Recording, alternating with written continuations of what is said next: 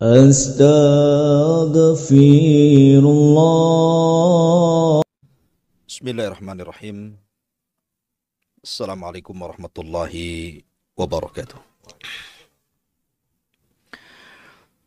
Alhamdulillah wassalatu wassalamu ala rasulillah wa ala alihi wa sahbihi wa mawalah wa la hawla wa la quwata illa billahi wa ba'du.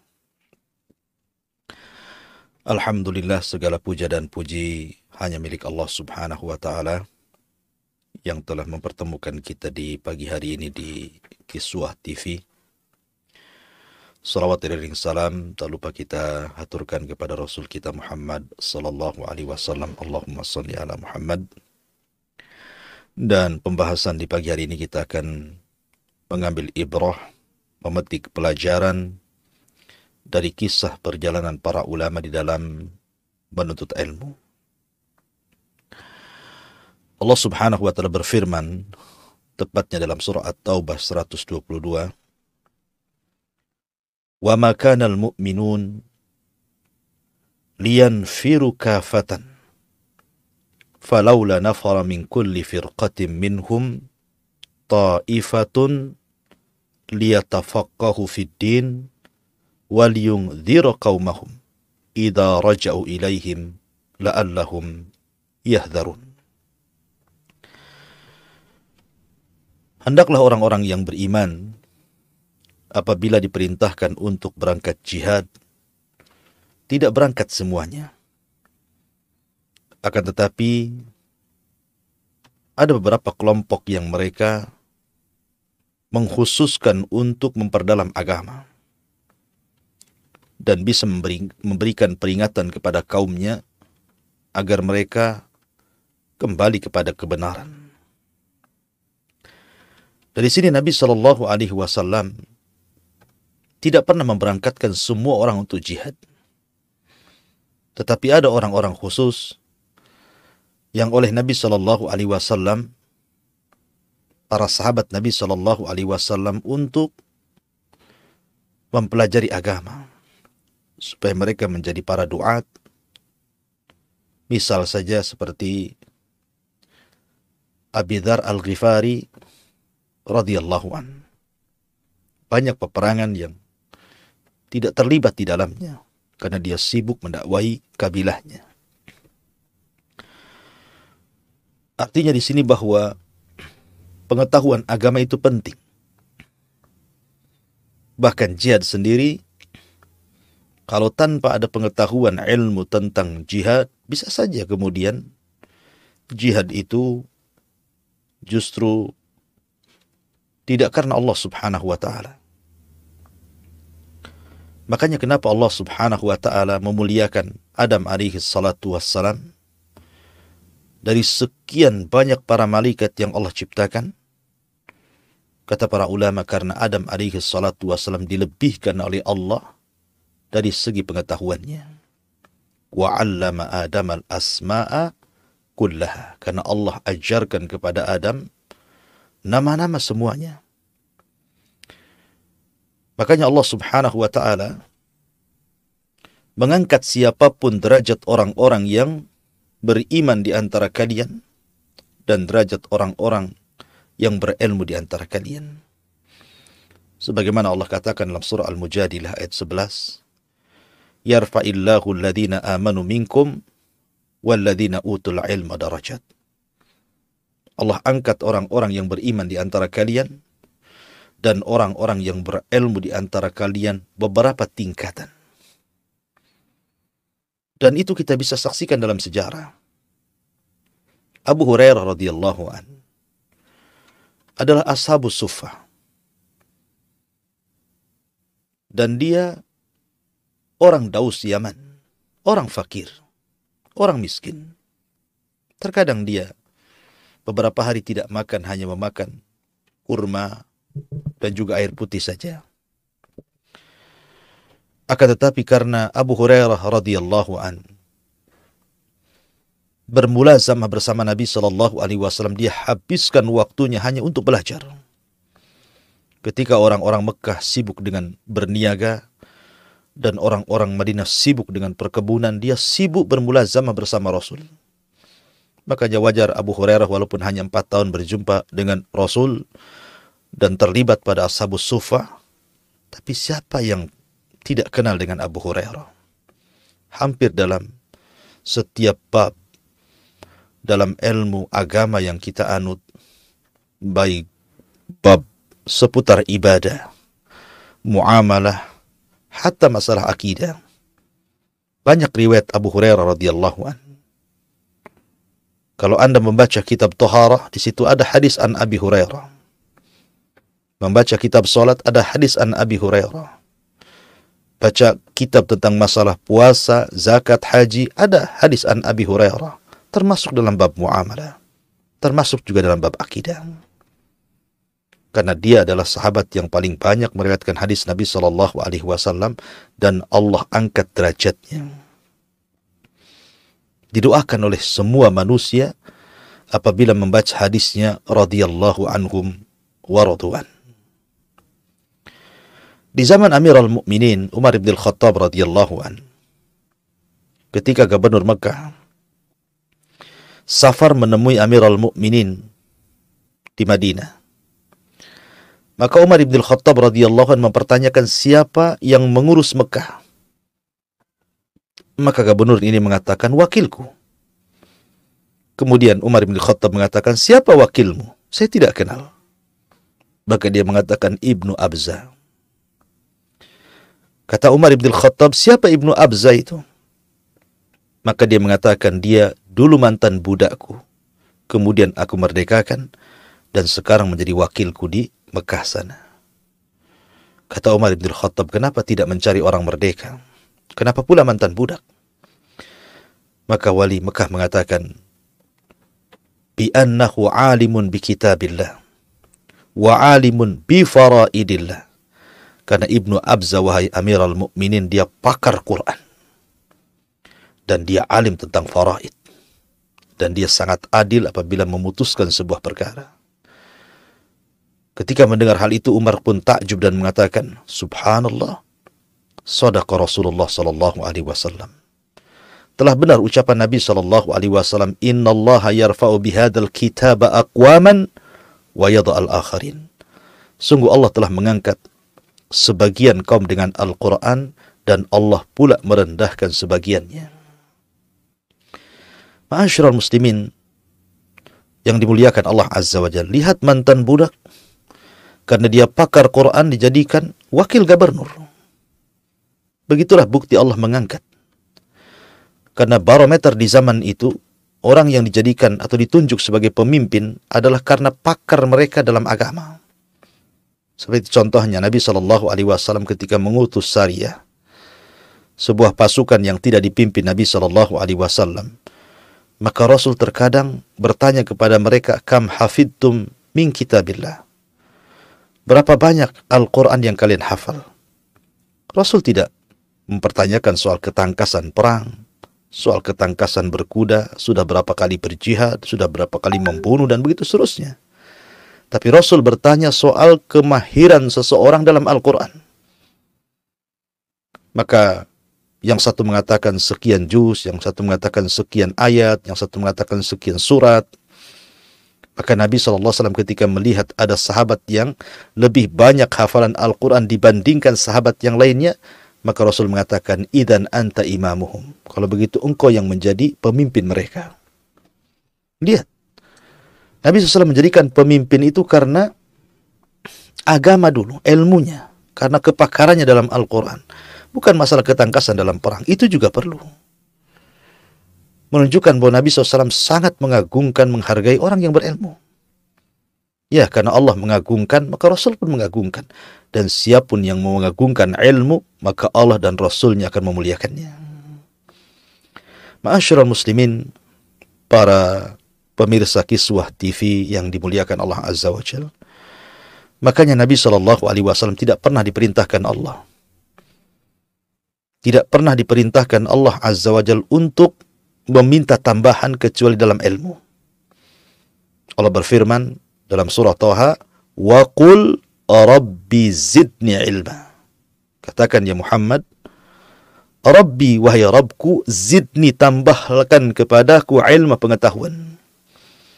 Itulah perintah Allah kepada Rasul. Agar Rasul berdoa kepada Allah, Rabbi zidni ilma, ya Allah tambahkan dan tambahkan pengetahuanku. Karena hanya dengan ilmu seseorang bisa membedakan mana yang hak, mana yang batil. Mana yang baik, mana yang buruk. Mana tauhid, mana syirik. Mana sunnah, mana lawannya. Mana taat, mana maksiat. Mana hitam, mana putih. Mana ikhlas, mana yang tidak ikhlas. Makanya kenapa para ulama mengatakan al-ilmu wasilatun ala kulli fadilah. Ilmu itu wasilah untuk mencapai keutamaan. Keutamaan apa saja?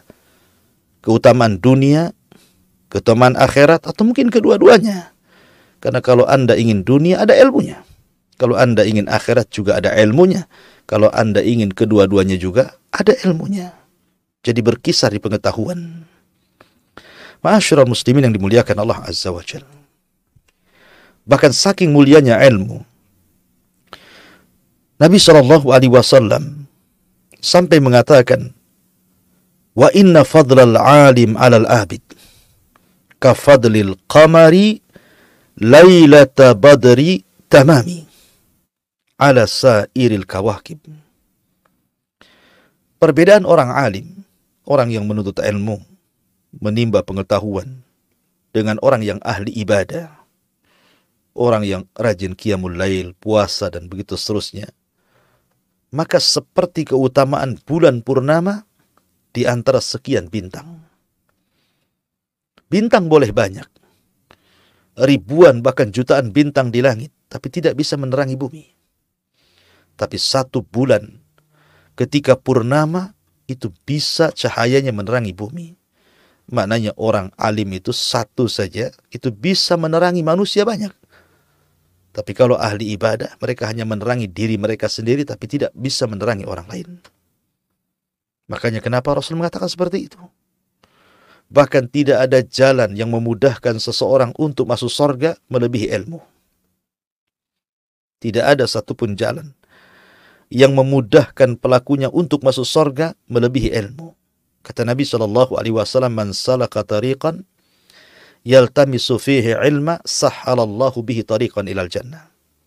Barang siapa yang meniti sebuah jalan, di dalamnya padanya ilmu din, ilmu agama, maka Allah mudahkan jalannya menuju surga. Subhanallah. Ya.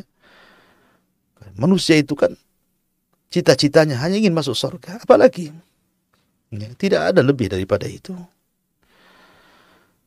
Makanya banyak keutamaan ilmu.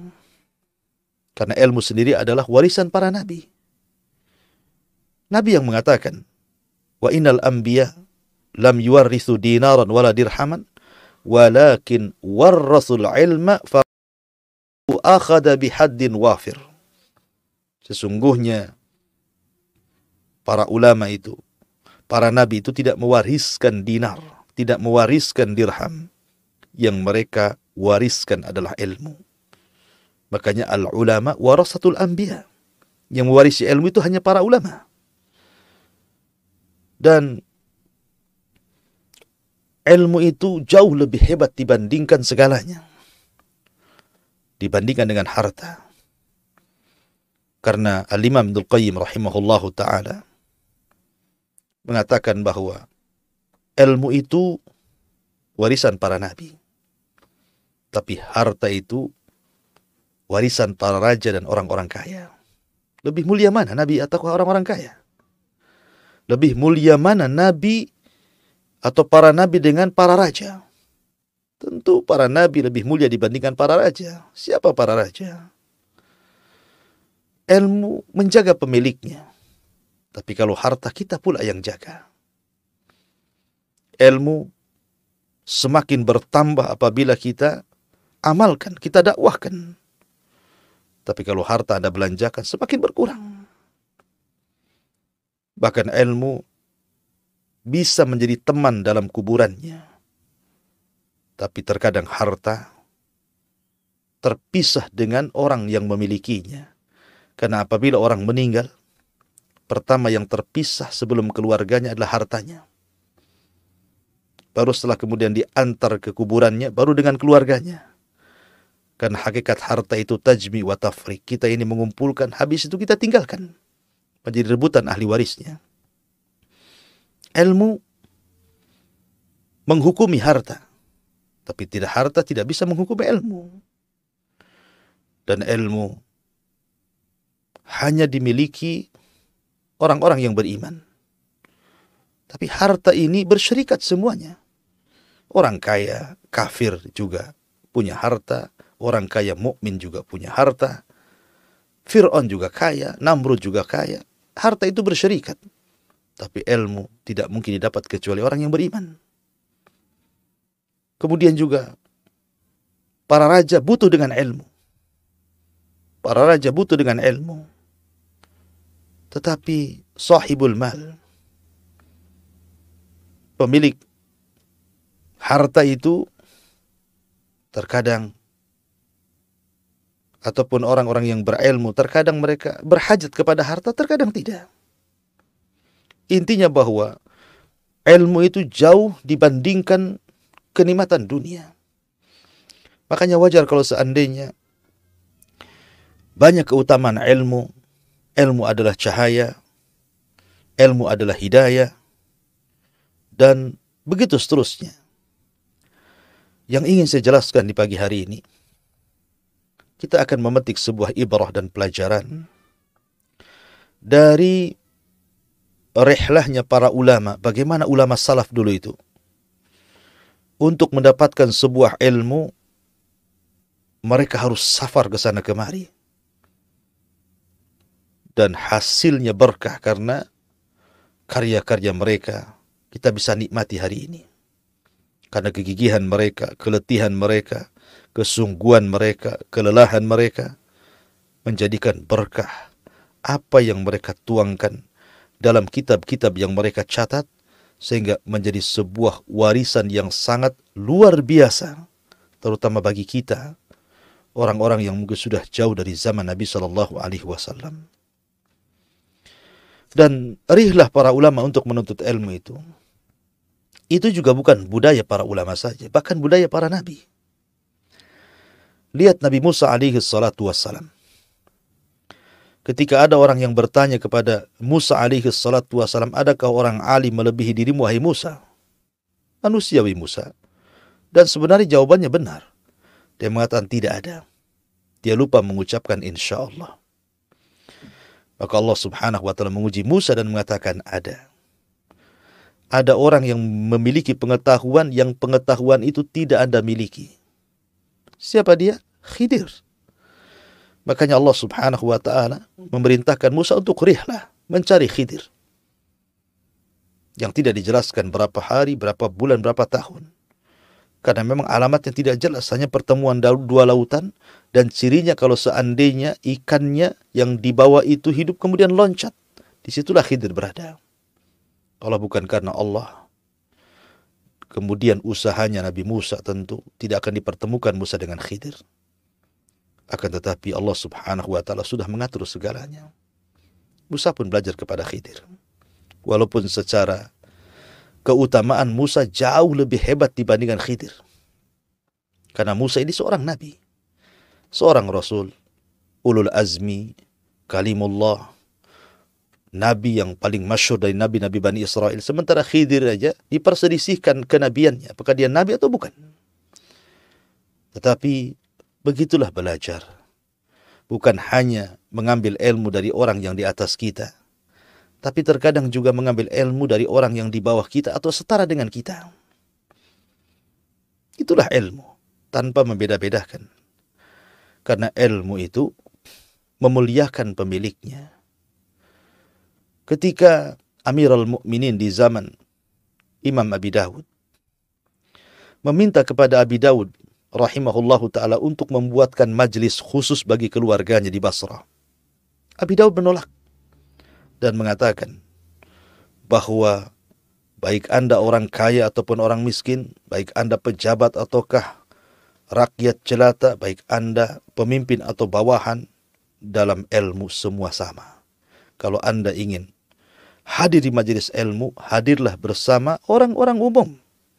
bersama manusia, walaupun Anda di balik tirai sekalipun. Karena ilmu itu menyamakan semuanya. Bahkan yang memuliakan pelakunya. Inna akramakum indallahi atqakum. Dan budaya rihlah ini, saya akan mengambil kisah-kisah menarik saja. Di zaman para sahabat Nabi Shallallahu Alaihi Wasallam, subhanallah, hanya gara-gara satu hadis Nabi Shallallahu Alaihi Wasallam, satu hadis, bukan puluhan atau ratusan hadis, tidak, satu hadis. Lihat bagaimana semangatnya seorang sahabat Nabi Shallallahu Alaihi Wasallam, seperti kisah Jabir bin Abdullah radhiyallahu anhu yang sangat ma'ruf sekali. Ketika Jabir bin Abdullah radhiyallahu anhu mendengar sebuah hadis, yuhsarun nas yaumal qiyamah khufatan uratan ghurlan buhman. Bahwa manusia pada hari kiamat itu akan dikumpulkan telanjang, tanpa alas kaki, tidak dikhitan, dan tidak bawa harta di badan. Dia mendengar hadis ini dari seorang sahabat, tapi tidak mendengar langsung dari Rasul. Dia mendengar dari seorang sahabat namanya Abdullah ibn Unes. Dan kebetulan Abdullah ibn Unes ini ada di Syam. Sementara Jabir bin Abdullah itu ada di kota Madinah. Ketika mendengar bahwa hadis yang ia dengar bukan orang yang langsung mendengar dari Rasul, tapi mendengar dari Abdullah bin Unes, subhanallah, sahabat ini, mereka ingin memastikan dan ingin mendapatkan sanad ulu. Sanad ulu itu artinya lebih dekat dengan Rasul, lebih baik. Itu yang dikejar para sahabat. Sebab kalau mengambil dari orang ketiga atau keempat, maka semakin jauh dari Rasul. Dia ingin orang yang langsung mendengar dari Nabi Shallallahu Alaihi Wasallam. Padahal dia sudah hafal hadis itu dan sudah mendengarnya. Berangkatlah Jabir bin Abdullah dari Madinah menuju Syam. Itu perjalanan 1 bulan menggunakan unta. Anda bisa bayangkan, unta itu bukan pesawat. Unta itu bukan bas, unta itu bukan kereta. Unta itu binatang yang langkahnya pun terbatas. Belum lagi kita memberi makan unta, memberi minum unta, mengistirahatkan unta. Belum lagi kita istirahat di malam hari, belum lagi kemudian dihadapkan dengan lusus, mungkin ada perampok padang pasir, mungkin dengan binatang-binatang buas di jalan, macam-macam rintangan.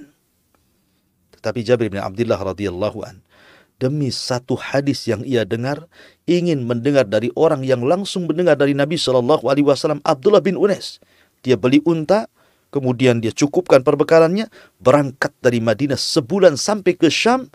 Akhirnya Allah pertemukan dengan Abdullah bin Unes dan mengatakan, ya Abdullah, benarkah kau mendengar dari Nabi Shallallahu Alaihi Wasallam hadis yang ku dengar, yuhsharu yaumal qiyamah.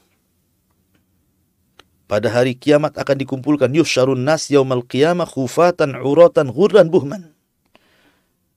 Kata Abdullah bin Unes, ya, sami'tuhu min Rasulillah sallallahu alaihi wasallam. Aku mendengarnya dari Nabi sallallahu alaihi wasallam. Ketika Abdullah bin Unes kemudian mengiyahkan, senanglah Jabir bin Abdullah. Kemudian pulang lagi ke Madinah. Subhanallah. Hanya mengejar satu hadis.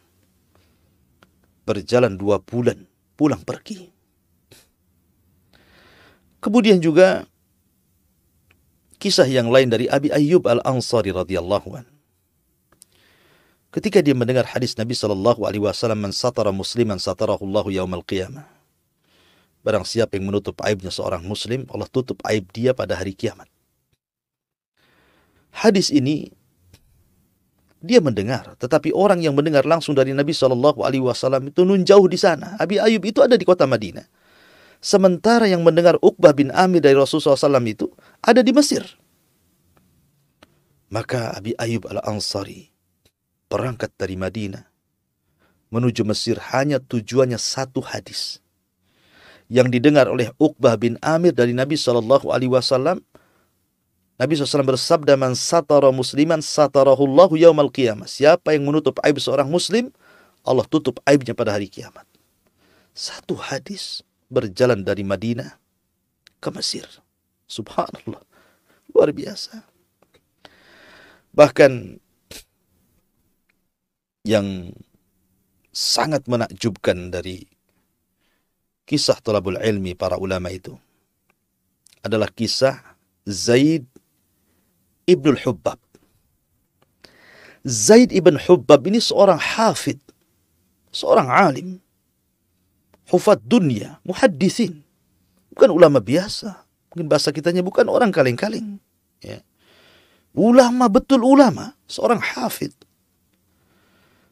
Dia hadir di majelisnya Sufyan Ats-Tsauri. Sufyan Ats-Tsauri itu adalah ulama Kufah. Ma'ruf kalau disebutkan Kufah, maka ulama yang paling kondang kali itu adalah Sufyan Ats-Tsauri. Dan Kufah itu di mana? Di Irak. Ya. Jadi Sufyan Ats-Tsauri itu orang Irak di Kufah. Dia buka majelis ilmu di situ. Majelis hadis.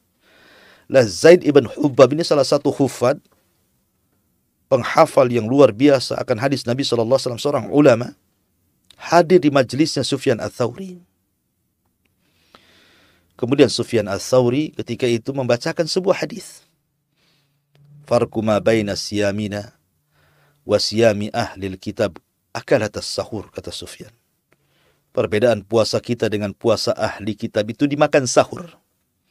Kita puasa, orang kafir juga puasa, tapi kita sahur, mereka tidak sahur. Nah, sebelum Sufyan Ats-Tsauri membawakan hadis ini, beliau menyebutkan sanadnya.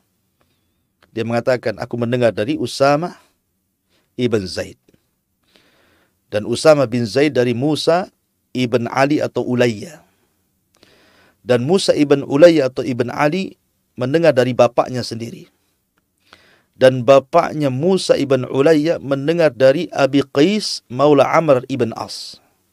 Dan Maula Amr bin As mendengar dari Amr bin As.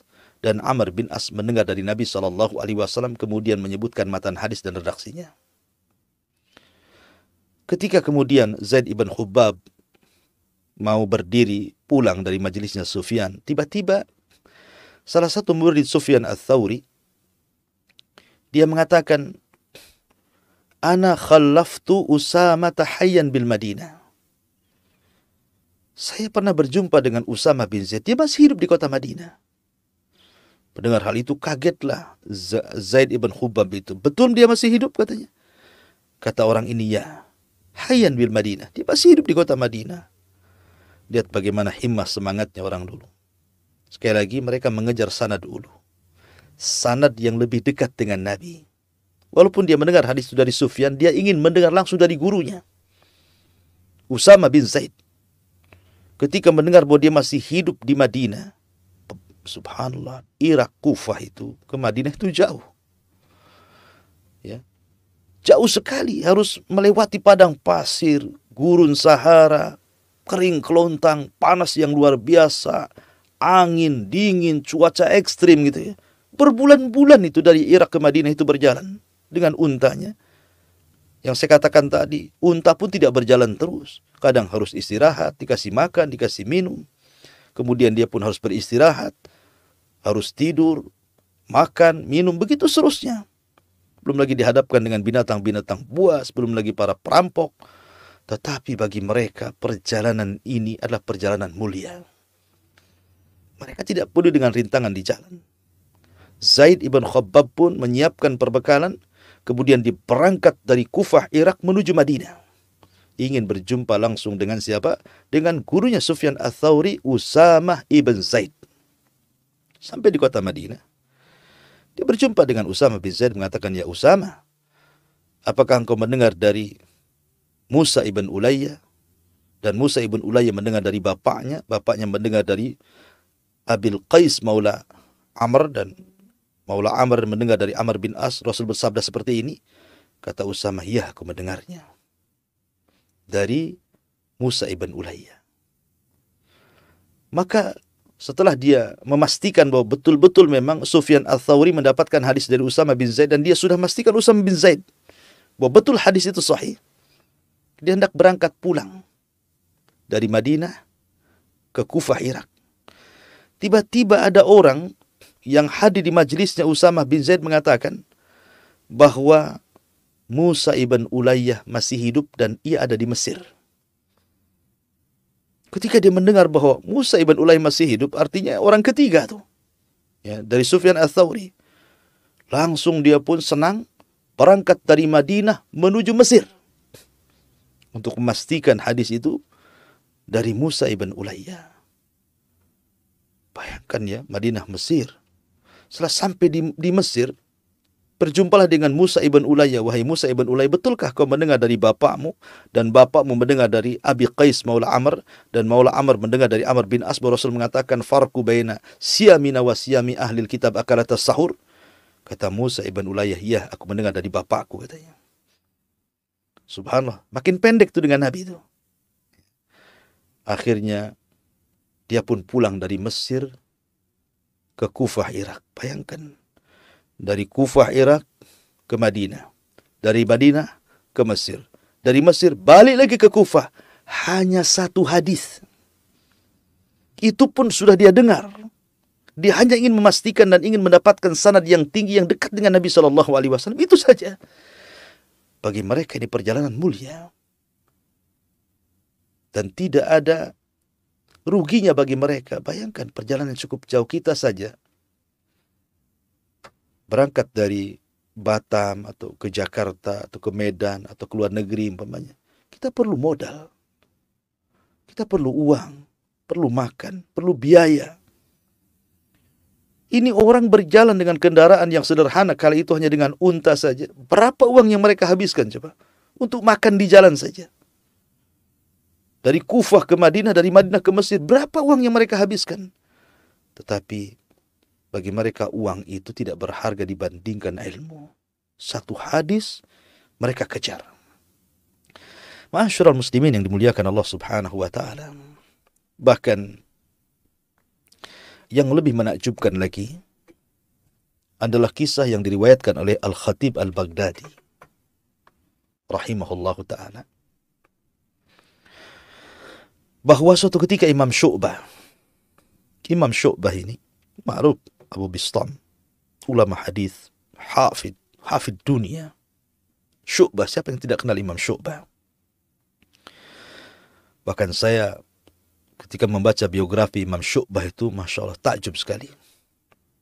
Syu'bah ini walaupun terlahir yatim, dididik oleh ibunya, tapi tidak menghalangi untuk menjadi ulama dunia, sama dengan Imam Syafi'i, Imam Ahmad, Abu Hanifah, dan yang lainnya. Jadi suatu ketika Syu'bah ini yatadzakarun, sedang bermuraja tentang hadis Nabi SAW di sebuah majelis. Jadi banyak orang di situ. Ada Syu'bah, ada para talabatul ilmi yang lainnya. Kemudian mereka sedang mudzakarah, ya, sedang murajah ilmu. Syu'bah mendengar. Tiba-tiba kemudian salah seorang di antara mereka membawakan hadis Nabi SAW tanpa mengecek apakah hadis itu sahih atau tidak. Langsung dia mengatakan, haddatsana Israil, maksudnya Israil ibn Yunus. An Abi Ishaq, maksudnya Abi Ishaq As-Sabi'i. An Abdullah ibni Atha, an Uqbah ibn Amir, qala, kunna natanawab ri'ayatal ibili ala ahdi Nabi SAW. Kemudian menyebutkan redaksi hadis, panjang hadisnya. Tiba-tiba Syu'bah ini marah. Ditempelengnya orang itu. Habis itu dia bangkit dari majelis, pulang ke rumah. Orang ditempeleng ini menangis. Ya, ulama. Setelah beberapa waktu, Syu'bah pun keluar. Orang-orang pun mengatakan, ya Syu'bah, kau sudah menyakiti dia. Kenapa kau tempeleng dia? Kata Syu'bah, mungkin bahasa kitanya, kurang ajar mungkin bahasa kitanya. Harusnya ketika membawa sebuah riwayat hadis itu, pastikan dulu sanadnya benar atau tidak, hadisnya sahih atau tidak, mungkin bahasa kita seperti itu. Jangan main diceritakan saja, katanya. Kalau kalian ingin tahu tentang riwayat derajat hadis itu, di sini Syu'bah bercerita. Kata Syu'bah, ketika aku mendengar hadis itu dengan sanad yang kalian sebutkan, ya, ketika itu aku berjumpa dengan Abi Ishaq As-Sabi'i.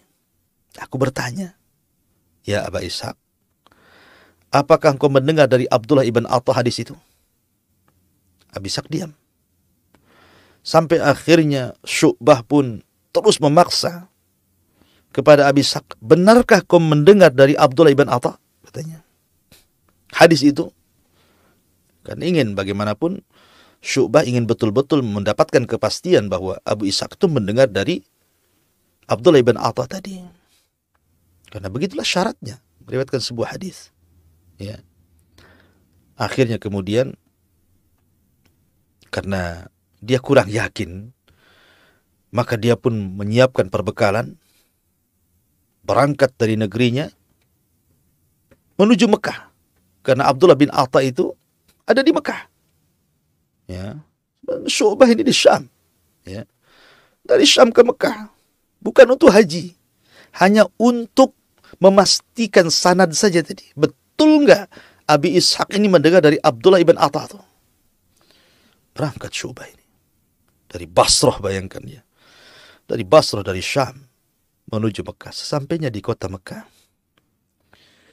dia berjumpa dengan Imam Malik Ibn Anas, ma'ruf Imam Darul Hijrah, yang ketika itu berjumpa ketika haji.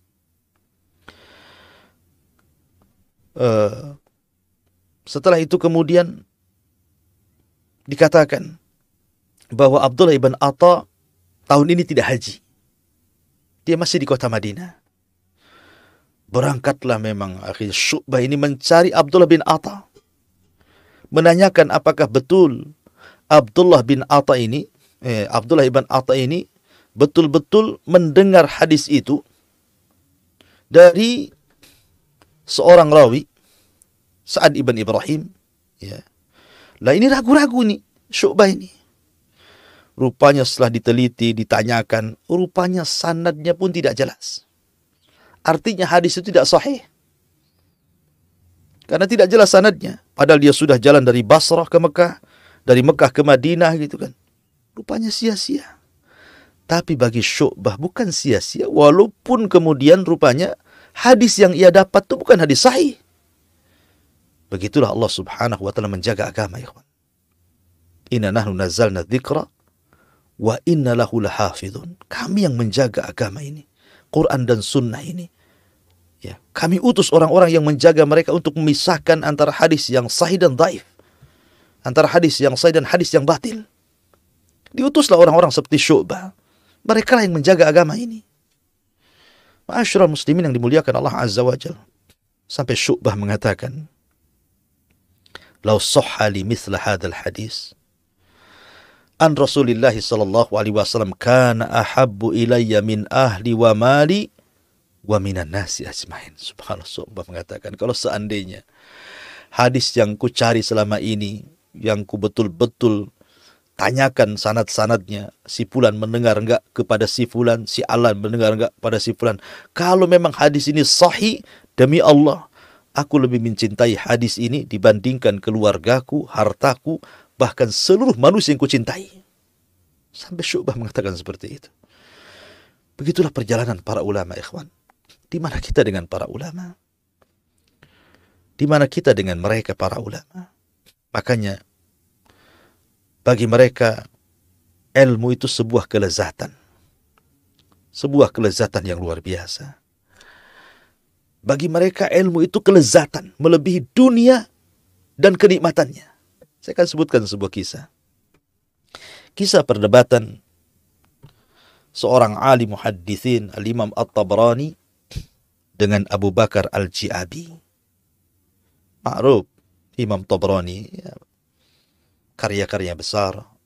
Kalau kita membaca hadis kan ada Rawahu Tabrani, Rawahu Ibnu Majah, Rawahu Abu Dawud gitu ya. Jadi Tabrani salah satu perawi hadis, pengeluar hadis. Dia berdebat dengan Abu Bakar Al-Ji'abi ini. Tabrani dilebihkan oleh Allah dengan hafalan yang kuat. Sementara Al-Ji'abi ini dilebihkan kecerdasannya. Ya, jadi berdebat nih dua ulama ini. Satu dilebihkan hafalan dan satu dilebihkan kecerdasan. Berdebat. Ya. Ketika Imam Tabrani mengatakan begini, dibantah oleh Al-Ji'abi mengatakan begini, dibantah lagi Tabrani begini. Lah ketika itu perdebatan dihadiri oleh seorang penguasa. Ya, oleh seorang raja, seorang wazir namanya Ibnul Amid. Hadir dalam perdebatan itu. Seorang wazir itu artinya menteri. Menteri dalam sebuah negara. Dia hadir dalam perdebatannya Tabrani dengan Al-Imam Abi Bakar Al-Ji'abi ini. Nggak ada yang kalah, nggak ada yang menang. Saling membantah begini-begini. Sampai akhirnya Al-Imam Al-Ji'abi, karena kecerdasannya, dia mengatakan kepada Tabrani, "Ya Tabrani, indi hadithun laisa fid dunya illa indi." Ya Tabrani, sesungguhnya aku punya hadis. Di dunia ini tidak ada yang punya hadis itu kecuali aku, katanya.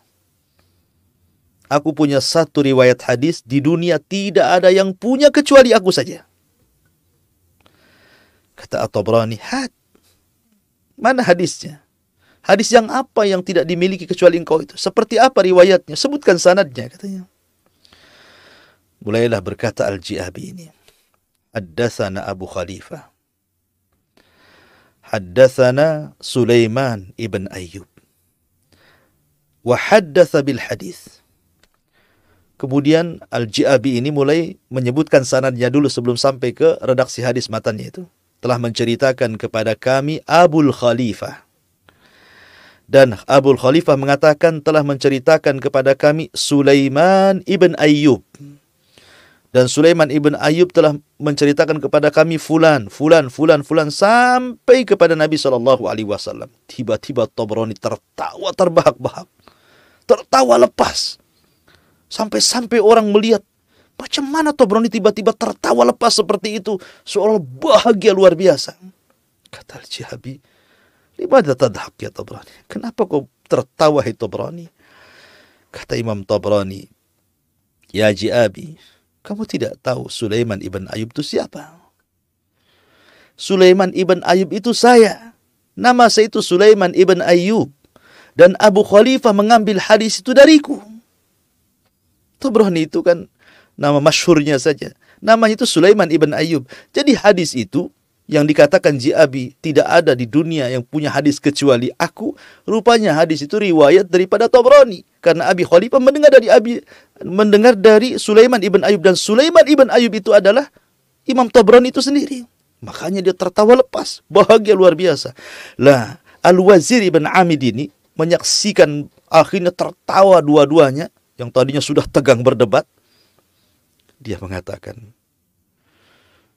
kata Ibnul Amid, "Fawadidtu anna al-wazarata wa ri'asata lam takun li wa kuntu ana Tabrani.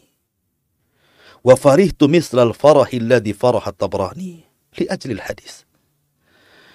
Dia mengatakan, apalah gunanya kekuasaan, jabatan, kepemimpinan itu. Hari ini aku ingin seperti Tabrani.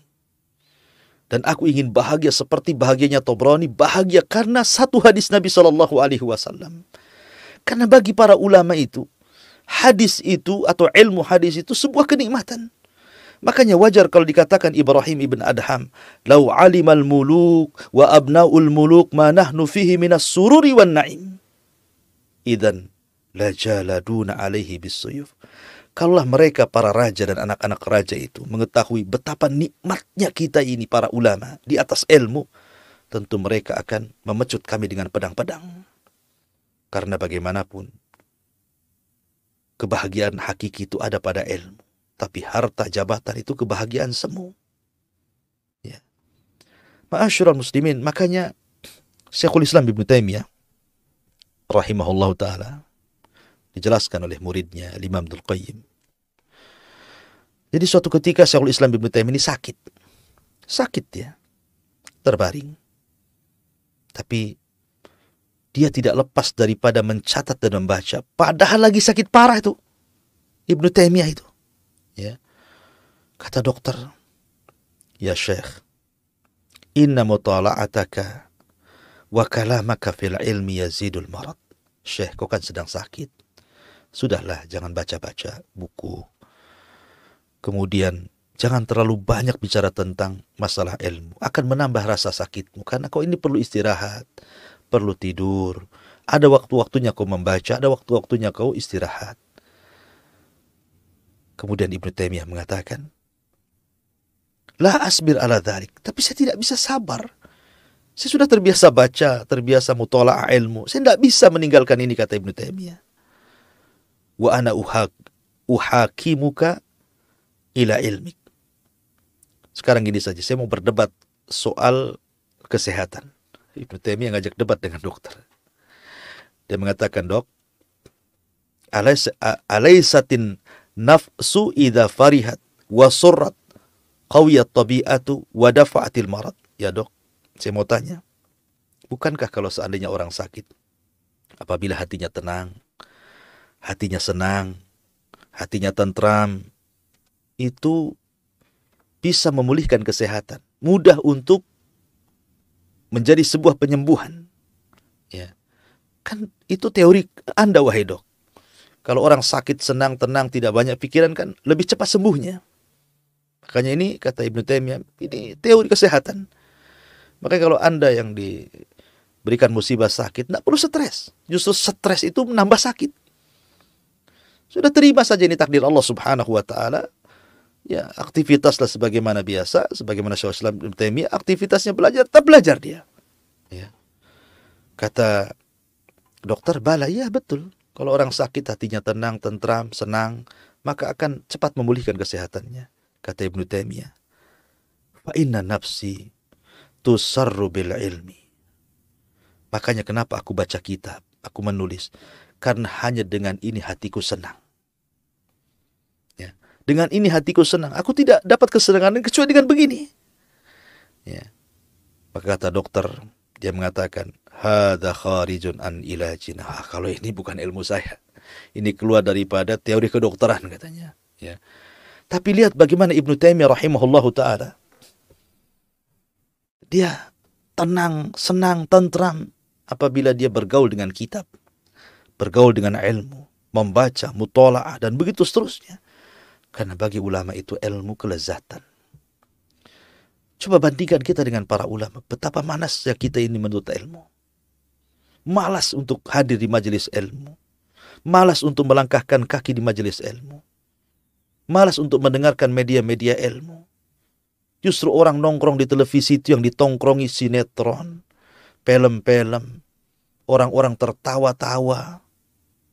Tidakkah mereka akan ditanya bahwa kehidupan mereka akan ditanya? Satu hari Anda tertawa akan ditanya di hadapan Allah.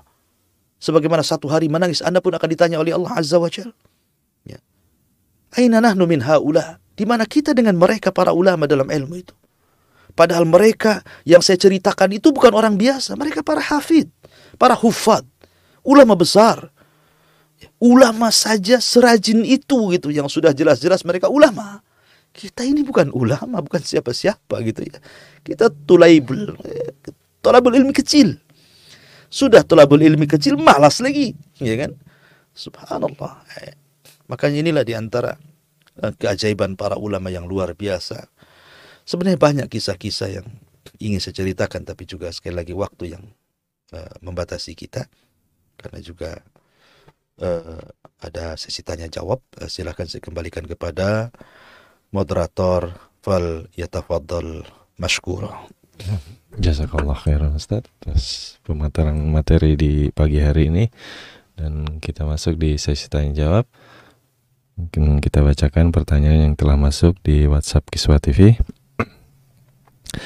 Assalamualaikum warahmatullahi wabarakatuh Ustaz. Waalaikumsalam warahmatullahi wabarakatuh. Yang bertanya, bagaimanakah menyikapi orang yang hanya bertaklid dan mengambil pendapat hanya kepada satu mazhab saja dan menolak untuk pendapat mazhab yang lainnya? Mohon penjelasan. Iya. Bismillah, alhamdulillah. Madhab itu artinya pendapat. Cara pengambilan istinbat hukum yang dilakukan oleh para ulama. Orang bermadhab itu ada 3 kelompok. Yang pertama, kelompok yang mereka fanatik dengan madhab. Kalau Syafi'i, Syafi'i saja. Hambali, Hambali saja. Maliki, Maliki saja. Hanafi, Hanafi saja. Sebenarnya madhab itu banyak. Ada madhab Ats-Tsauri, ada madhab Ibnu Uyainah, ada madhab Auza'i, banyak. Cuman karena murid-muridnya tidak menyebarkan madhabnya, maka tidak terkenal. Sementara yang 4 ulama ini, Ahmad, Abu Hanifah, Malik, dan Syafi'i ini, murid-muridnya menyebarkan pendapat-pendapat, pandangan-pandangan gurunya sehingga tersebar. pendapatnya atau madhabnya di berbagai macam negara. Mungkin negara kita ini yang mayoritas Syafi'i gitu. Ya. Nah, ada orang-orang itu yang mereka taklid dengan madhab. Dan taklid dengan madhab ini bahaya. Ya, taklid dengan madhab ini bahaya. Karena zaman dulu gara-gara taklid madhab berperang. Bahkan sebagian mereka memfatwakan tidak boleh menikah dengan selain daripada madhabnya. Ya, seperti itu. Ya.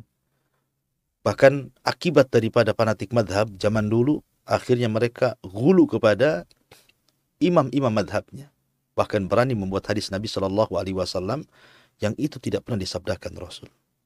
Seperti contohnya, saking fanatiknya di zaman itu kepada madhab Abu Hanifah. Ketika ada perdebatan antara ulama Hanafi dengan ulama Syafi'i, kalahlah ulama Hanafi ini dalam perdebatan itu. Akhirnya mereka merangkai sebuah hadis palsu dan mengatakan sayati alaikum zaman, akan datang zamannya, akan muncul seorang laki-laki namanya Muhammad ibn Idris wa huwa asyaddu min iblis. Namanya Muhammad bin Idris, dia lebih jahat dibandingkan iblis. Muhammad bin Idris itu Syafi'i, Imam Syafi'i namanya Muhammad bin Idris. Masa Muhammad bin Idris dikatakan lebih jahat dibandingkan iblis? Hanya gara-gara kalah debat, dan itu dinasabkan Nabi yang mengatakan seperti ini. Gara-gara fanatik madhab, mereka hadis palsu. Kemudian juga madhab Hambali. Sampai-sampai mereka hadis dan mengatakan Rasul bersabda, fawasiyati li ummati an yatahambalu. Wasiat umatku, kata Rasul, nanti kalau muncul Ahmad bin Hambal, bermadhablah dengan madhab Hambali, katanya. Ini hadis mana? Ini hadis buat-buatan. Ya. Bahkan tak kalah juga madhab Maliki. Mereka mengatakan laulal Malik lakana dinu halik. Kalau bukan karena Malik, maka hancur agama ini. Gara-gara fanatik mazhab membuat hadis-hadis palsu jadinya. Bahaya fanatik itu. Ya, karena fanatik itu kultus masalahnya. Makanya kenapa Syekhul Islam Ibnu Taimiyah mengatakan la yajuz at-ta'assub li ahadin siwa Nabiyya sallallahu alaihi wasallam wa la yajuz at-ta'assub li ta'ifatin siwa ashabi Rasulillah sallallahu alaihi wasallam. Tidak boleh seseorang itu meletakkan fanatik kepada perorangan kecuali kepada Rasul. Boleh ada fanatik kepada perorangan individu, tapi fanatik dengan Nabi. Dan tidak boleh fanatik dengan kelompok, ormas, golongan, kecuali dengan para sahabat. Tidak apa-apa. Kalau fanatik dalam bentuk golongan, kita fanatik dengan para sahabat Nabi. Tidak ada masalah. Karena kesepakatan mereka ijma dan hujjah. Ya, seperti Quran Sunnah. Karena berkumpulnya para sahabat tidak mungkin berkumpul di atas kesesatan. Ya. Jadi fanatik ini bahaya. Ada orang yang fanatik dengan mazhab. Kemudian yang kedua, orang cara berpandang dengan mazhab, ada yang memang tidak fanatik dengan mazhab. Mereka hanya mengambil yang kuat dalam mazhab. Oh, dilihatnya dalam mazhab Syafi'i dalam bab ini lebih kuat dibandingkan mazhab Hambali, maka dia memilih ini. Ya. Kemudian kalau dipikir oh mazhab Hambali dalam bab ini lebih kuat dibandingkan mazhab Syafi'i, maka dia Hambali. Oh, dalam mazhab Hanafi ini lebih kuat dibandingkan Syafi'i dan Hambali, maka saya Hanafi dalam bab ini. Dia hanya mengikuti dalil yang kuat yang diambil istimbat oleh para mazhab.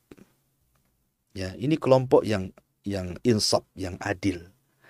Bahwa kebenaran itu adalah di Al-Quran dan hadis Nabi SAW yang diambil istimbat hukum oleh para ulama mazhab. Dia tidak fanatik, tapi juga tidak membatasi satu mazhab. Kemudian ada kelompok yang ketiga, sama sekali nggak mau bermadhab. Mutakallimun ahli kalam. Nggak perlu saya madhab-madhaban. Pokoknya saya Quran Sunnah.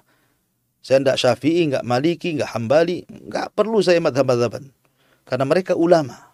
Bisa salah, bisa benar.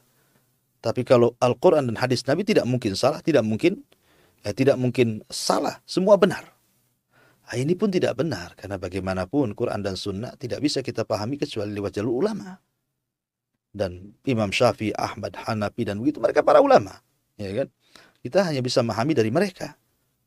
Karena bagaimanapun ulama warasatul anbiya, kata Rasul. Ulama itu pewaris para nabi. Jadi, tapi kalau orang itu hanya ingin bermadhab dengan Imam Syafi'i, dengan madhab Syafi'i, dengan tujuan tidak taklid, buta dengan madhab Syafi'i, tidak ada masalah. Banyak kok para ulama dulu juga, Imam Nawawi Asy-Syafi'i, Ibnu Hajar Asy-Syafi'i. Banyak ulama itu bermadhab Syafi'i. Tetapi maksudnya madhab di sini adalah mengambil cara pandang dalam mengeluarkan sebuah hukum atau istimbat dari Al-Quran dan Sunnah menurut Imam Syafi'i. Itulah hati madhab. Ya, tetapi kalau fanatik buta, benar salah, yang penting Syafi'i, itu yang nggak boleh ya gitu ya. Wallahu a'lam. Insyaallah, jazakallah khairan Ustaz atas penjelasannya. Dan pertanyaan selanjutnya, Assalamualaikum warahmatullahi wabarakatuh. Waalaikumsalam. Saya ingin bertanya, ada kawan yang saat ini menggebu-gebu untuk menjadi konten kreator dakwah dan ingin menjadi terkenal agar bisa menyebarluaskan kebaikan. Apakah boleh demikian Ustadz? Sedangkan para ulama terdahulu berbondong-bondong ingin tidak terkenal oleh dunia. Mohon nasihatnya. Ya, alhamdulillah. Dunia dulu dengan sekarang beda. Dulu belum ada handphone. Dulu belum ada televisi. Dulu belum ada medsos. Di zaman dulu. Coba kalau seandainya zaman dulu ada medsos, mungkin orang-orang munafik pun mereka akan pakai handphone menyebarkan di grup-grup. Mungkin kalau seandainya di zaman Rasul sudah ada grup WA, grup Facebook, grup Instagram, mungkin Abdullah bin Ubay bin Salul ketika memfitnah Aisyah berzina mungkin sudah disebar lewat grup itu. Ya. Jadi perkembangan zaman tentu berbeda dengan hukum di situ. Sekarang kalau kita tidak menggunakan media, kemudian media ini dikuasai oleh orang-orang yang merusak citra Islam, dikuasai oleh orang kafir, dikuasai oleh orang-orang yang menyelisih sunnah Nabi, memiliki pemahaman sesat seperti Khawarij, Syiah, akan jadi apa umat ini? Ya, maka ketika mereka menggunakan media, kita lawan dengan media. Dengan apa? Kita bisa melawan. Yang kedua juga, media memang satu sisi seperti pisau bermata dua. Ya, bisa untuk kebaikan, bisa untuk kejahatan. Tapi bagaimanapun ada istilah malun saleh li rajulin saleh. Harta baik itu, kalau yang mengelolanya orang baik, sama. Media itu akan baik kalau yang mengelolanya orang baik. Ya. Kalau media itu yang mengelolanya bukan orang baik, jadi apa media ini? Merusak orang. Merusak akhlak, merusak akidah, merusak muamalah, dirusak-rusaknya sehabis-habisnya. Tapi ketika yang memegang orang saleh, orang baik, ya, maka ini minimalnya bisa ketika di barat menyuarakan kebatilan, maka di timur kita suarakan kebenaran. Ketika di utara menyuarakan hal-hal yang menyimpang, maka di selatan kita suarakan kebenaran. Seperti itu. Ada perbanding di sini. Adapun soal kemudian seorang dai muncul di televisi, itu kembali kepada niat masing-masing. Innamal a'malu binniyat. Niat Anda ini apa? Untuk ria, popularitas, terkenal, atau murni ingin berdakwah? Karena kita lihat masyayikh kita juga, para syekh, ya, Syekh Saleh Fauzan, ada di YouTube, di TV, dan banyak masyayikh yang lainnya. Karena itu manfaatnya besar. Ya, terkadang ada daerah-daerah tertentu yang tidak bisa sampai kecuali lewat televisi. Ya, dengan adanya televisi, akhirnya sampai dakwah kepada mereka. Apalagi zaman sekarang kan hampir semua orang pegang handphone. Hampir semua orang tengok YouTube, mungkin bahasa kitanya. Punya grup di Facebook, di Instagram, di WA, di WeChat, macam-macam istilahnya. Kalau kita tidak gunakan fasilitas ini, maka akan digunakan orang lain. Ya, akan digunakan orang lain. Fa in udtum udna, kata Al-Quran. Kalian mau apa? Kalau kalian kembali, kita lawan. Kan itu bahasanya. Kalian menyerang kami dengan media, kita serang balik dengan media. Seperti itulah. Karena bagaimanapun kalau kita tidak mengikuti zaman, memang media ini bukan bagian daripada agama, ini wasilah. Tapi bagaimanapun wasilah ini tergantung ghayah. Ghayah itu artinya puncak tujuan. Ya, dan saya kira tidak ada hal yang menyimpang dalam media. Media ini kan tergantung orang yang memakainya. Anda gunakan untuk merusak atau untuk kebaikan. Wallahu a'lam. Jazakallah khairan Ustaz atas penjelasannya. Dan pertanyaan selanjutnya, Assalamualaikum warahmatullahi wabarakatuh. Waalaikumsalam. Apakah benar adanya perbedaan pendapat di kalangan para ulama salaf tentang beberapa masalah seperti hukum orang yang meninggalkan sholat atau menghukum bukan dengan hukum yang diturunkan oleh Allah Subhanahu wa taala? Dan apakah ini termasuk dalam ikhtilaf yang muktabar Ustaz? Mohon penjelasan. Ya, alhamdulillah. Ikhtilaf itu ada dua macam. Ada ikhtilat yang disebut dengan tadad, ada ikhtilat disebut dengan tanawu. Ikhtilat tadad itu tidak mungkin dalam akidah orang itu berselisih, karena akidah itu bulat perkataannya. Kalaupun ada perselisihan dalam masalah akidah itu bukan pada puncaknya, tetapi pada cabang-cabangnya saja. Seperti contohnya adab kubur. Tidak ada orang berselisih tentang adanya adab kubur. Para ulama sepakat. Tapi di cabang-cabangnya adab kubur seperti apakah ruh dengan jasad. Nah, itu jadi perselisihan para ulama. Tapi intinya, pokoknya tidak ada yang berselisih. Yang berselisih itu cabang-cabangnya. Itu kalau dalam akidah. Tapi dalam fikih, ya ma'ruf. Ada madhab Syafi'i, Maliki, Hanafi, Hambali, dan madhab-madhab yang lainnya. Dan al-amru fihi wasi, kata para ulama. Masalahnya luas dalam masalah fikih itu. Kita harus tasamuh gitu, harus banyak tenggang rasa, tidak boleh langsung menyalahkan. Mungkin dalam bahasa para ulama itu, pendapat yang hari ini saya pegang, saya anggap benar, walaupun ada kemungkinan salah, dan pendapat yang Anda pegang, saya salahkan dulu, walaupun ada kemungkinan benar. Ya kan? Harus seperti itu. Tidak boleh menyalahkan mutlak, batil, tidak bisa dalam masalah fikih itu. Nah, ini disebut namanya tanawu namanya. Adapun tadi bicara tentang masalah meninggalkan sholat atau berhukum dengan hukum Allah. Ya, ada perselisihan. Orang meninggalkan sholat, ada yang mengatakan satu kali meninggalkan dia kafir. Kan ada ulama yang mengatakan seperti itu. Karena tidak ada di mata para sahabat satu amalan kalau ditinggalkan bisa kafir melebihi sholat. Tapi ada juga yang memerinci. Seperti Syekh Albani rahimahullah ta'ala merinci. Meninggalkannya karena apa? Tapi Syekhul Islam mengatakan kalau meninggalkan sholat secara jumlah, artinya lebih banyak meninggalkan dibandingkan melakukan, itu ijma kafir. Pamannya zuhur, asar, maghrib, isya tidak sholat. Sholatnya subuh saja. Itulah kafir. Karena lebih banyak meninggalkan dibandingkan melakukan. Tapi kalau dibalik, lebih banyak mengerjakan. 4 waktu dia kerjakan, 1 waktu pula dia kadang tinggalkan karena malas. Ya, maka ini jadi khilaf para ulama. Ada yang mengatakan selama meyakini kewajibannya dan dia meninggalkan sholat karena malas, maka tidak sampai kafir, tapi fasik. Fasik, dia harus bertobat kepada Allah karena melakukan dosa besar. Tapi ada juga yang mengatakan kafir. Nah, perbedaan kita dengan orang kafir itu di sholat. Dan tidak ada pendapat para sahabat kecuali bulat. Tidak ada satupun amalan yang ditinggalkan bisa kufur kecuali sholat. Ya, ada perselisihan seperti itu. Termasuk juga orang yang berhukum dengan hukum selain Allah. Ya. Karena dalam Al-Quran itu, ujung ayat itu beda-beda. Ada yang mengatakan, وَمَا لَمْ يَحْكُمْ بِمَا أَنزَلَ اللَّهُ فَأُولَئِكَ هُمُ الْكَافِرُونَ فَأُولَئِكَ هُمُ الظَّالِمُونَ فَأُولَئِكَ هُمُ الْفَاسِقُونَ. Masuk ke yang mana? Jadi orang yang meninggalkan hukum Allah itu bisa masuk ke kategori kafir, bisa masuk ke kategori zalim, bisa masuk ke kategori fasik. Tidak semua kafir. Itu manhajnya Khawarij kalau dikatakan kafir. Seperti yang dikatakan orang-orang Khawarij di masa Ali. Karena Ali berhukum dengan hukum manusia, tidak berhukum dengan hukum Allah, mengutus sahabat untuk berdamai dengan Muawiyah. Mereka mengatakan Ali kafir karena tidak berhukum dengan hukum Allah.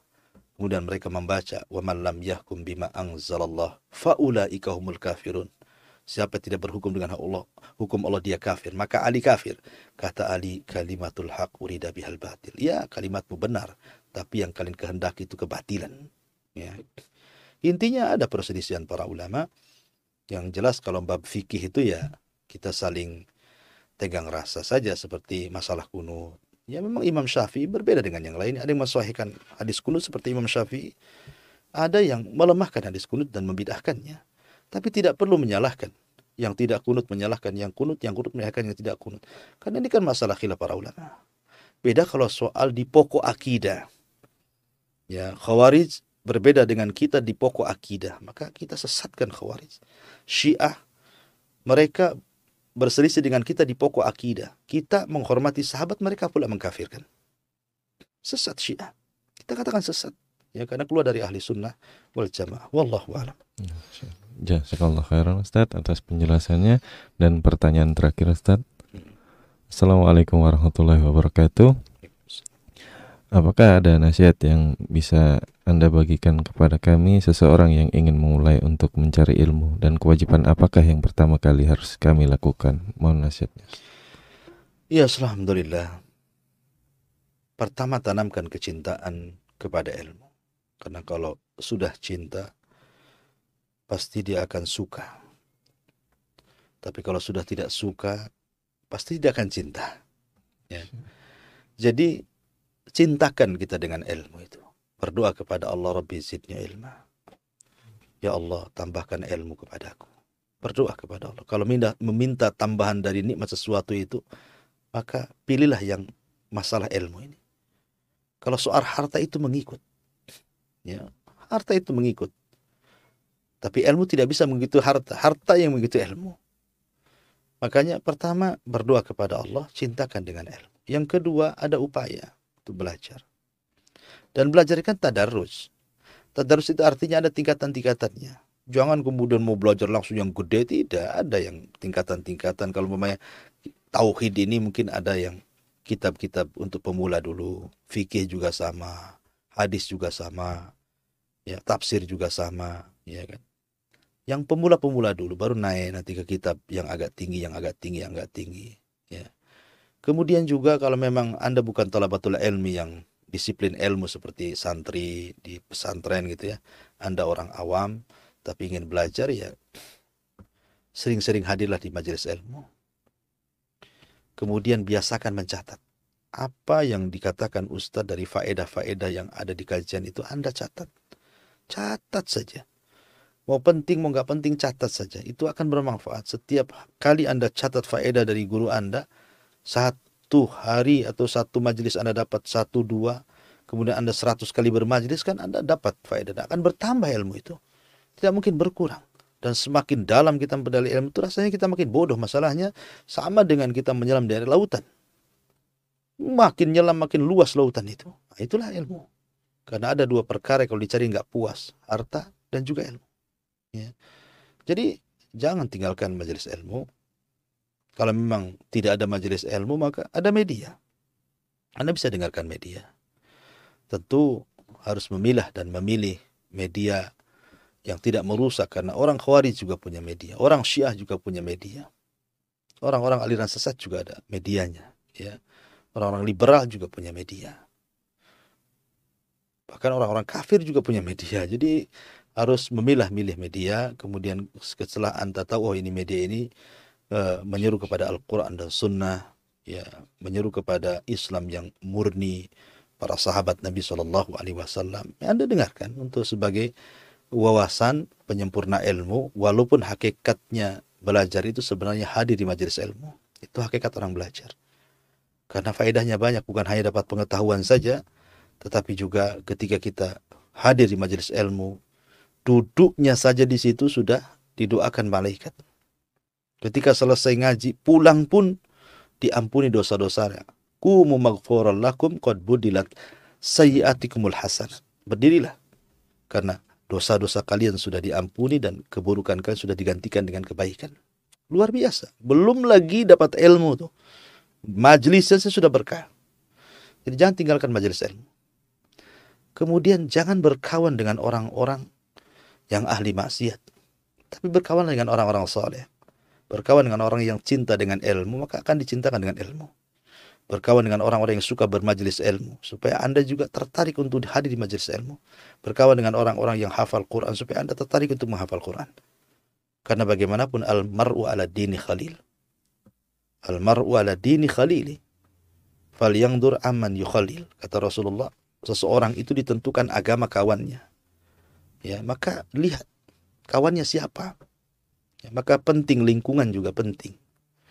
Lingkungan, teman, doa, dan istiqomah itu juga penting. Ya, jangan satu kali ngaji liburnya 1 bulan pula kan gitu ya. Ya, itu nanti dapatnya juga sedikit ya. Jadi istiqomah, cari. Kalau Anda tidak sempat karena sibuk bekerja, ya disempat-sempatkan lah. Harus ada waktu. Nggak mungkin antum dunia saja. Masa Anda ada kesempatan waktu libur Anda nggak bisa hadir di majelis ilmu. Nggak bisa nongkrong depan televisi dakwah mencatat gitu kan. Jangan jiping, artinya ngaji kuping itu enggak. Kalau bisa itu betul-betul nyatat. Ya dihafal, karena bagaimanapun ilmu itu akan didapat dengan cara dihafal, dipahami, diamalkan, didakwahkan. Karena Allah yang mengatakan, wal asri innal insana lafi khusrin illa alladziina amanu. Amanu di sini orang yang berilmu, wa amilus shalihat, setelah itu beramal saleh, kemudian wa tawasaw bil haq, wa tawasaw bis sabr.